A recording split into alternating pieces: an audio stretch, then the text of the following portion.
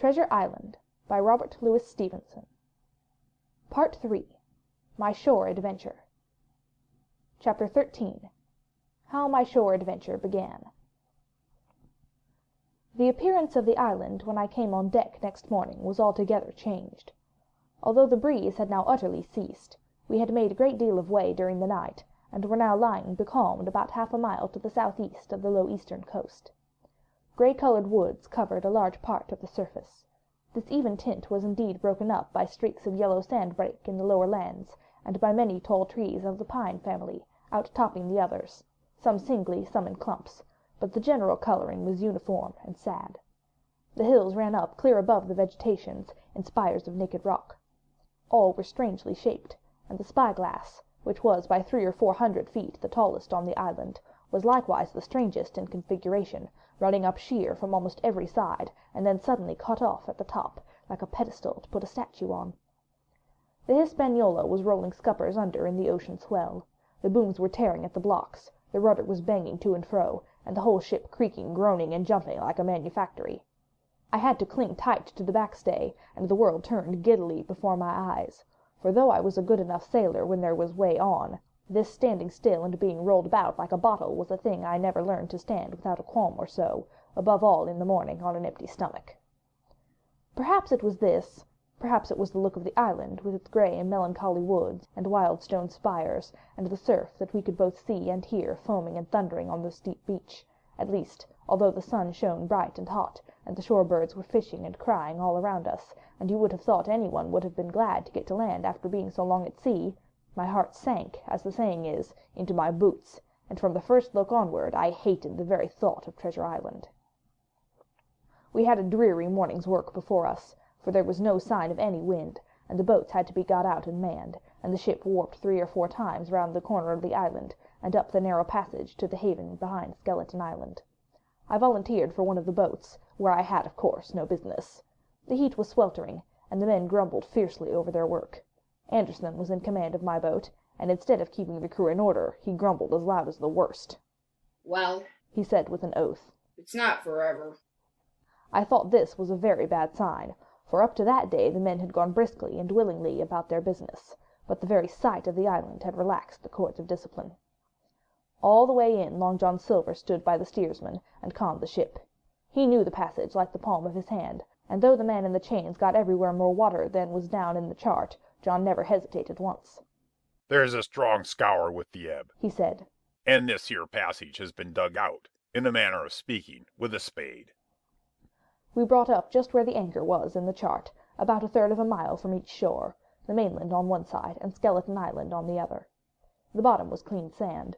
The plunge of our anchor sent up clouds of birds wheeling and crying over the woods, but in less than a minute they were down again, and all was once more silent. The place was entirely landlocked, buried in the woods, the trees coming right down to high water mark, the shores mostly flat, and the hilltops standing round at a distance in a sort of amphitheatre, one here, one there.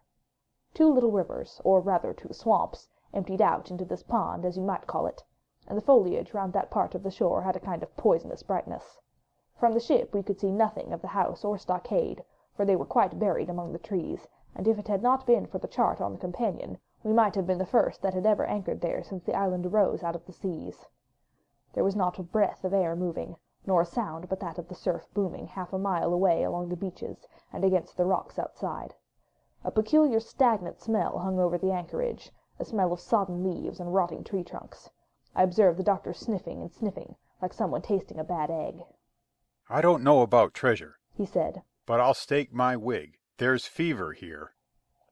If the conduct of the men had been alarming in the boat, it became truly threatening when they had come aboard. They lay about the deck, growling together in talk. The slightest order was received with a black look, and grudgingly and carelessly obeyed. Even the honest hands must have caught the infection, for there was not one man aboard to mend another. Mutiny, it was plain, hung over us like a thundercloud. And it was not only we of the cabin party who perceived the danger. Long John was hard at work, going from group to group, spending himself in good advice, and as for example no man could have shown a better. He fairly outstripped himself in willingness and civility. He was all smiles to everyone. If an order was given, John would be on his crutch in an instant, with the cheeriest "Aye, aye, sir," in the world, and when there was nothing else to do, he kept up one song after another, as if to conceal the discontent of the rest. Of all the gloomy features of that gloomy afternoon, this obvious anxiety on the part of Long John appeared the worst. We held a council in the cabin. "Sir," said the captain, "if I risk another order, the whole ship'll come about our ears by the run. You see, sir, here it is. I get a rough answer, do I not? Well, if I speak back, Pikes will be going in 2 shakes. If I don't, Silver will see there's something under that, and the game's up. Now, we've only one man to rely on." "And who is that?" asked the squire. "Silver, sir. Returned the captain. He's as anxious as you and I to smother things up. This is a tiff. He'd soon talk them out of it, if he had the chance. And what I propose to do is to give him the chance. Let's allow the men an afternoon ashore. If they all go, why, we'll fight the ship. If they none of them go, well then, we hold the cabin, and God defend the right. If some go, you mark my word, sir, Silver'll bring 'em aboard again as mild as lambs." It was so decided. Loaded pistols were served out to all the sure men. Hunter, Joyce, and Redruth were taken into our confidence, and received the news with less surprise and a better spirit than we had looked for, and then the captain went on deck and addressed the crew. "My lads," said he, "we've had a hot day, and are all tired and out of sorts. A turn ashore'll hurt nobody. The boats are still in the water. You can take the gigs, and as many as please may go ashore for the afternoon.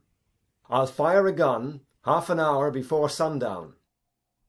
I believe the silly fellows must have thought they would break their shins over treasure as soon as they were landed, for they all came out of their sulks in a moment, and gave a cheer that started the echo in a far-away hill, and sent the birds once more flying and squalling round the anchorage. The captain was too bright to be in the way. He whipped out of sight in a moment, leaving Silver to arrange the party, and I fancy it was as well he did so. Had he been on deck, he could no longer so much as have pretended not to understand the situation. It was as plain as day. Silver was the captain, and a mighty rebellious crew he had of it. The honest hands, and I was soon to see it proved that there were such on board, must have been very stupid fellows. Or rather, I suppose the truth was this, that all hands were disaffected by the example of the ringleaders, only some more, some less, and a few, being good fellows in the main, could neither be led nor driven any further. It is one thing to be idle and sulk, and quite another to take a ship and murder a number of innocent men. At last, however, the party was made up. 6 fellows were to stay on board, and the remaining 13, including Silver, began to embark. Then it was that there came into my head the first of the mad notions that contributed so much to save our lives. If 6 men were left by Silver, it was plain our party could not take and fight the ship. And since only 6 were left, it was equally plain that the cabin party had no present need of my assistance. It occurred to me at once to go ashore. In a jiffy I slipped over the side and curled up in the foresheets of the nearest boat, and almost at the same moment she shoved off. No one took notice of me, only the bow-oar, saying, "Is that you, Jim? Keep your head down." But Silver, from the other boat, looked sharply over, and called out to know if that was me, and from that moment I began to regret what I had done. The crew raced for the beach, but the boat I was in, having some start, and being at once the lighter and the better manned, shot far ahead of her consort, and the bow had struck among the shoreside trees, and I had caught a branch and swung myself out and plunged into the nearest thicket, while Silver and the rest were all still 100 yards behind. "Jim! Jim!" I heard him shouting, but you may suppose I paid no heed. Jumping, ducking, and breaking through, I ran straight before my nose till I could run no longer.